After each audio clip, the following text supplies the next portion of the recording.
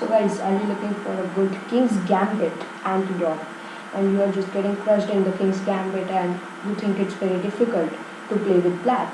So congratulations, you are at the right place this time, and without any further ado, we are going to start this video to learn how to exploit the King's Gambit.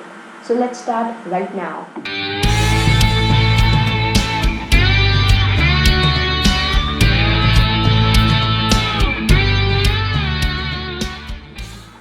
So guys, welcome to Kartavya's chess channel. I am Kartavya from KCC, and if you're new here, please consider subscribing and to watch more such good videos about chess.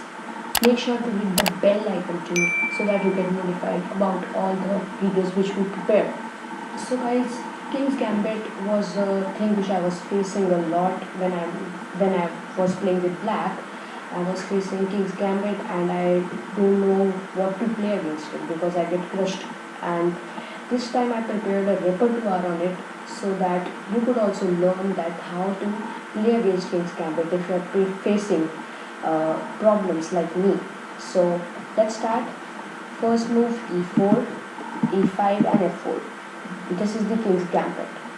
And if you want to just take the advantage, you could take this, but I think it is very difficult to handle, and so I recommend that don't take the pawn because it's very difficult to handle, and play this line which I prepared, which is d5. This is that line. So let's focus on next move, e takes d5.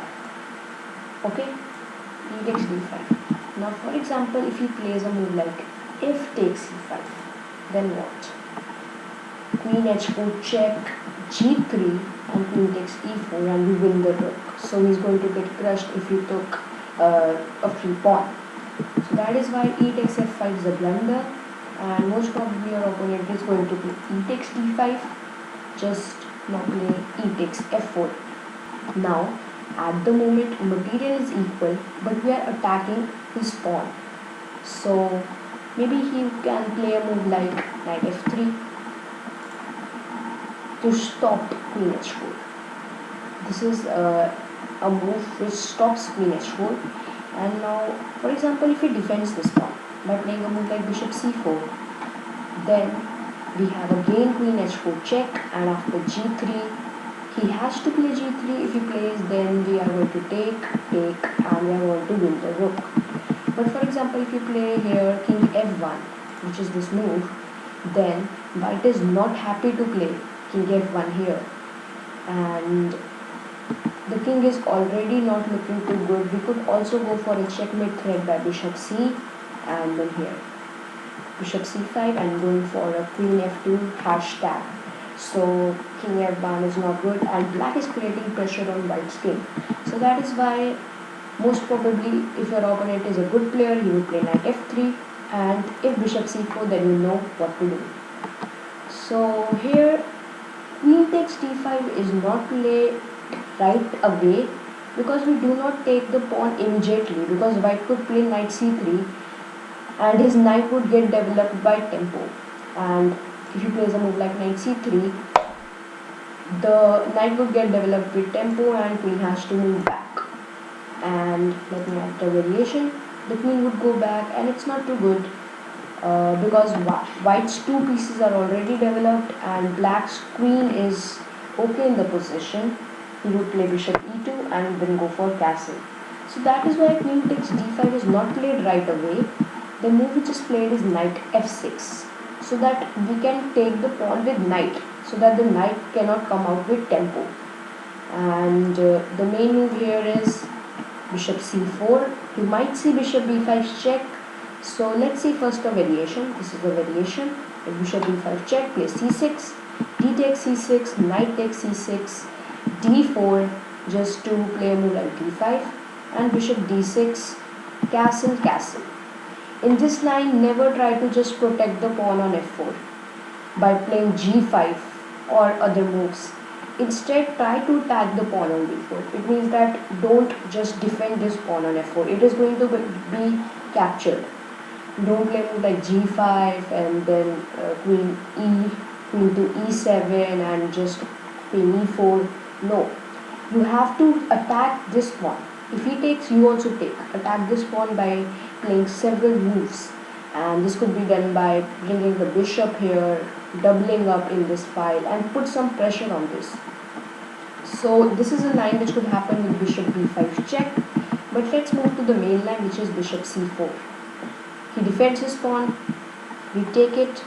Now you might be thinking, guys, here that what is the difference, because after exchanges white could still play knight c3, but the advantage we got is that we exchange the light square bishop, and then our queen would be good on f5 square after knight c3, as there is no white square bishop. So let's see, for example, bishop takes d5, queen takes d5, knight c3, and q f5. This is good. We are attacking the pawn on c2, as well as we could have bishop e7, bishop e6, knight c6, and castle, and then double up the rooks in the center. And this is going to be great setup for black, as white has no advantage for the king's gambit. If he castles, we have knight c6, d4, bishop e6, just going for long side castle. This also you could play, and d5. Note here, d5 is not a good move, because after castle long side, black's rook would pin to the queen, so he cannot take either this or this, because black's queen is pinned. And here it is written black is better. I don't think you might be able to see it, but it is written here that black is better, because black has a lot of developed pieces in the center. He has bishop b4, bishop d6, bishop e7, and then double up the rooks in the center, and you would have a good endgame. And maybe knight h4. You could have bishop c5 also, or you could have queen g5, attacking the knight back. And we could develop here with tempo, or queen g5. Means you could also go here bishop c5, or queen g5 is also right. So this is also a variation. So after bishop c4, we saw knight takes d5, and here we saw bishop takes d5 also. Let's see castle. For example, white castles, he's a good player, and you might play bishop e6 to defend it, and then bishop b3. You could go for c5, go for instead bishop d6 and knight c6, and this also prevents white from playing d4. And you could just take this pawn when he plays it. d4. After d4, you could exchange a side pawn with the center pawn, for example. So c takes d4, knight takes d4, bishop c5, pinning the knight, king h1, bishop takes d4, queen takes d4, castles, bishop takes f4, knight c6, queen f2, knight takes f4, and queen takes f4. And you could go for this endgame also after this, and black is clearly better, as white's knight is not developed, black's all pieces are developed. White's king is also not at a good position, and this knight is not good. This pawn structure is also not too good. Queen and rook are okay, but still he has not got any advantage in the opening. So King's Gambit is played to get an advantage in the opening, but here white has no compensation, he has no advantage, and you could go for a simple endgame, and this might also result in a win for you. So let's sum up: e4, e5, f4, and don't take the pawn, difficult to handle, d5. d5 is the main move which you could play, and this gives some counter attack also, so that if e takes d5, then you could take and exploit the pawn on d5. And as you know, there is a trap here, which is queen h4, g3, and just attacking both the pieces. So this is again a trap, and e takes d5 would be played if it is a good opponent, and he takes it. Bishop c4, knight f3. Bishop c4 is not good, because you could now just have queen h4, g3, king f1 leads to like a move like bishop c5 and checkmate. And after g3, you could take like this and win the rook here.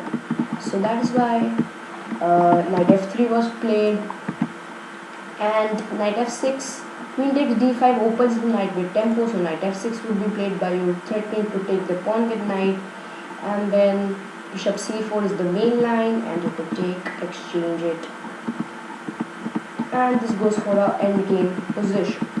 You just exchange your pieces for white's bad pieces. You just exchange your pieces for white's bad pieces. So guys, thanks for watching the video. Make sure to hit the like and subscribe button, and if you have any doubts, any questions, please post it in the comment box. Thank you.